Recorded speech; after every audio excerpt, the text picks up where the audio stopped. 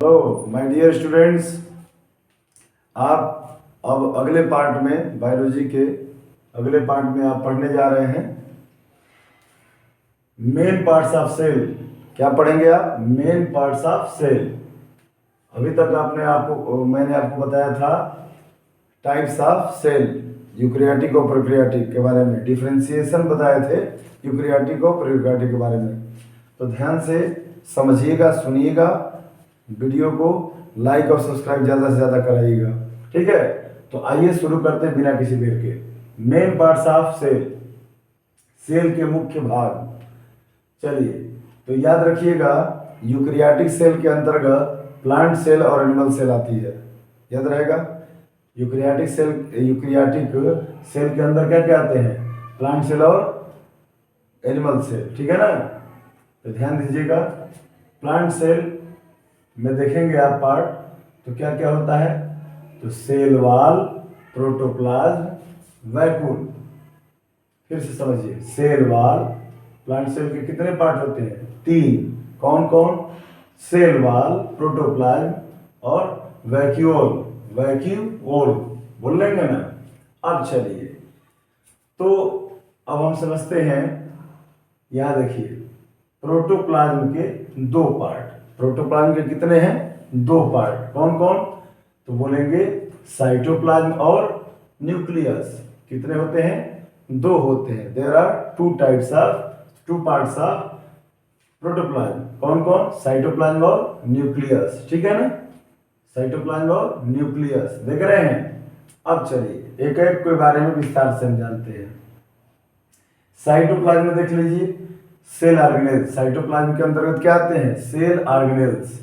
Cell organelles में क्या क्या आते हैं? तो एकदम विस्तार से समझिएगा और नोट्स बना लीजिएगा, प्लीज समझकर नोट्स बना लीजिएगा। सेल ऑर्गेनेल्स में याद रखिएगा, सेल मेम्ब्रेन, इंडोप्लाज्मिक रेटिकुलम। क्या बोले हैं? Endoplasmic reticulum. इसको शॉर्टकट में आप ईआर बोल सकते हैं। क्या बोल सकते हैं? ईआर।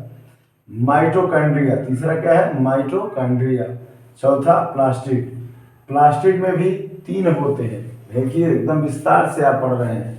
अब ये वाला जो चार्ट बना रहे हैं, इसमें इतना आपको फायदा मिलेगा कि आपको याद हो जाएगा आगे क्या क्या आने वाला है। आपको यहीं से पता चल जाएगा क्या क्या पढ़ना है, ठीक है ना। आपका यहीं से लिमिट निर्धारित हो क्या पढ़ना है। तो ध्यान दीजिएगा, प्लास्टिड में 3 पार्ट होते हैं। कौन कौन? तो ल्यूकोप्लास्ट, क्लोरोप्लास्ट और क्रोमोप्लास्ट। फिर से मेरे साथ दोहराइए, प्लास्टिक के कितने पार्ट्स होते हैं? तो देखिएगा, ल्यूकोप्लास्ट, क्लोरोप्लास्ट और क्रोमोप्लास्ट। समझ में आ गया? अब आगे बढ़ते हैं। गाल्जी बॉडी, कहीं कहीं बुक में गाल्जी एपैरेटस लिखा रहेगा, तो कंफ्यूजन में नहीं रहना है। एक ही व्यक्ति का जिस प्रकार 2 नाम या कई नाम होता है, उसी तरह कभी कभी ऐसे वर्ड होते हैं जिनके कई नाम आते हैं। तो गाल्जी बॉडीज या गाल्जी एपैरेटस, ठीक है ना।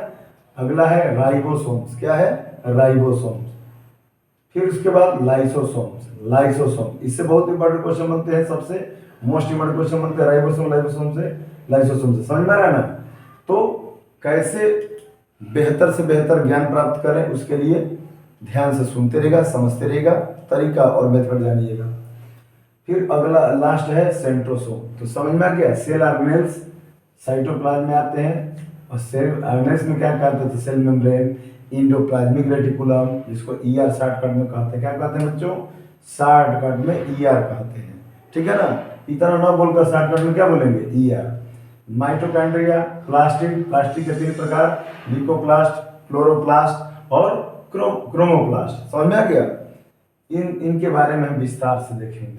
बहुत सारे महत्वपूर्ण प्रश्न बनते हैं। गाल्जी बॉडीज कहिए या गाल्जी एपैरेटस कहिए, राइबोसोम्स, लाइसोसोम्स, सेंट्रोसोम, ठीक है। अब आगे बढ़ते हैं हम लोग।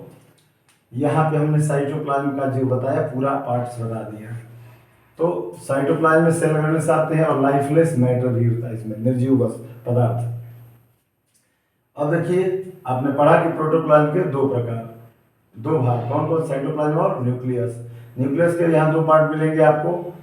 न्यूक्लियर मेम्ब्रेन, क्या मिलेगा? न्यूक्लियर मेम्ब्रेन और न्यूक्लियोप्लाज्म। न्यूक्लियोप्लाज्म, न्यूक्लियर मेम्ब्रेन और न्यूक्लियोप्लाज्म। ठीक है, अब समझिए, आपने पढ़ा था प्लांट सेल के 3 पार्ट होते हैं, सेल वॉल, प्रोटोप्लाज्म, वैक्यूल। तो आपने जितना इधर पढ़ा था प्रोटोप्लाज्म के 2 पार्ट, साइटोप्लाज्म और न्यूक्लियस, तो इसके बारे में आपने विस्तार से पढ़ लिया, समझ लिया।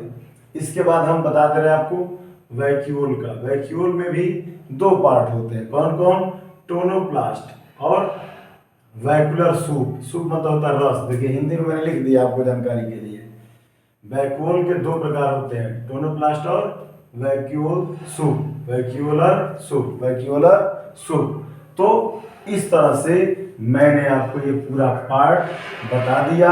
अब एक के बारे में स्टेप बाय स्टेप पढ़ेंगे कि सेल वॉल क्या होता है, प्रोटोप्लाज्म क्या होता है, वैक्यूल क्या होता है, फिर साइटोप्लाज्म क्या होता है, न्यूक्लियस क्या होता है, सबके बारे में विस्तार से पढ़ें। सेल ऑर्गेनेल्स मोस्ट इंपॉर्टेंट है, सेल के अंदर क्या क्या होता है, सेल मेम्ब्रेन, एंडोप्लाज्म, सबके बारे में आपको स्टेप बाय स्टेप पढ़ना है।